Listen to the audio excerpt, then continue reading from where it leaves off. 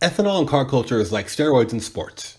People don't want to admit when they're on it and don't want to compete when they aren't.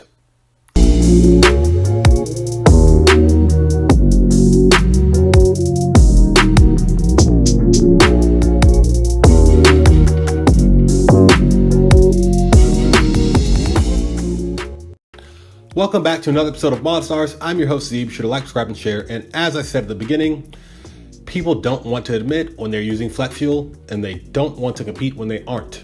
And the funny thing is, when they lose on their idea of max effort, they make the excuse that they weren't on full E85. But they knew that when they got into their car. So max effort, for those who don't know, for a lot of people, is simply just bolt-ons and some level of ethanol. And it doesn't even have to be full bolt-ons. And for anybody who has that mentality, and a lot of people do, and we all have them in our area, wherever we live, all of you are on Bradley Martin mentality. You know, thinking you can beat anybody because you weigh in at 260 pounds. When you get whooped, it's because you say you only weigh 259 that day. With that being said, I'm going to share with you how you can get 500 horsepower to the wheels without the use of flex fuel on your N54. I'm going to upset a lot of people for what I'm about to say, but a lot of cars in general we see online are running on some percentage of ethanol, and majority of them are BMWs, including the A90 Supra, and they're doing exactly that. It doesn't matter if you just have a tune or full bolt-ons and some percentage of ethanol. How competitive are your cars when you're not running flex fuel? Why spend the money on inconsistent gains? Now, that being said, if you want to have more consistent results and minimize your excuses, then you're gonna have to build your car. Not mod it, build it. But before we get into this video, I highly recommend watching Bulletproof Your N54, as it addresses all the weak points and common problems with these engines and ultimately makes a reliable daily driven car. Link in the description below and here on the screen. But it includes also some reliability upgrades, which will be briefly mentioned in this video as well. But please watch that video first before you even consider this one. Follow the steps in that video, at least consider those parts and address all those before you watch this video. Highly recommend it, just to have something reliable and you're just a step ahead of everyone else. Now, with that being said, let's start with the fuel pump here. A fuel at stage 2. Yes, the pump is capable of running ethanol and race gas, but that's gonna be for part 2 of this video. You can purchase this as a kit, which includes, tune, intercooler, spark plugs if you don't already have them from the first video I just recommended. But the pump works in combination with the factory low pressure fuel pump, and it activates under wide open throttle only. And adding a basic port injection with 550cc injectors will support the fuel pump along with the JB4 PI controller. Speaking of JB4, having a JB4 tune with a backdoor flash from MHD will optimize the supporting systems in addition to the increased horsepower, and actually it'll hold boost better on the different maps as well. Now, because we're staying with the twin turbo setup, you can either choose pure 600 turbos, which are on back order by the time you see this video.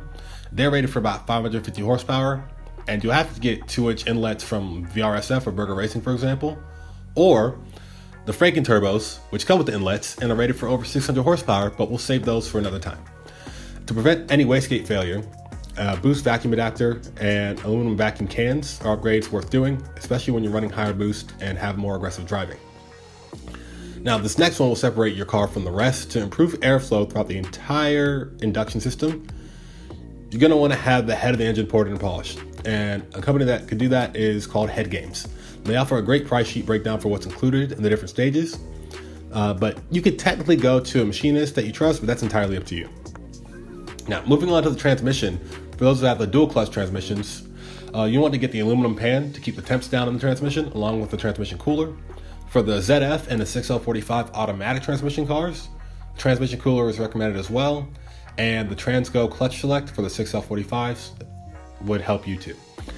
And for the manual transmissions, get a short throw clutch stop to make your shifts quicker and more precise, outside of driver error. It would also increase the longevity of the clutch as well.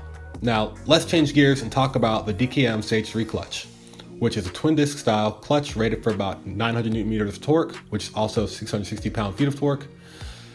And from here, we have an LSD from M Factory, which can be either 1.5 or 2-way LSD, and they're available for both manual and automatic cars.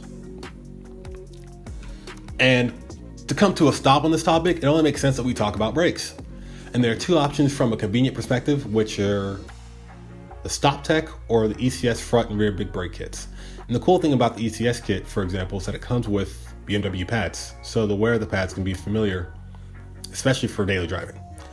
And at this point, you may be thinking, hey, you said build your car, but you didn't mention forged internals. You're right, I'd not, because many have stated that the limit for the stock internals for the M54, assuming it's a solid engine, but again, watching episode 1 will address what I mean by that. But the limit for the stock internals for these engines is around 600 horsepower. And I believe 500 is a safe place to be, as it's about 83% of the stock internals limit. Assuming that you followed the steps in Bulletproof video and the internals are in good condition, at this point, you should be good to go. And if you're not satisfied with the results, the next best thing you can do is stay tuned for part 2. That's all I have for this one. I hope you guys enjoyed. Like, subscribe, and share if you don't know. Now you know, but do what you want to do.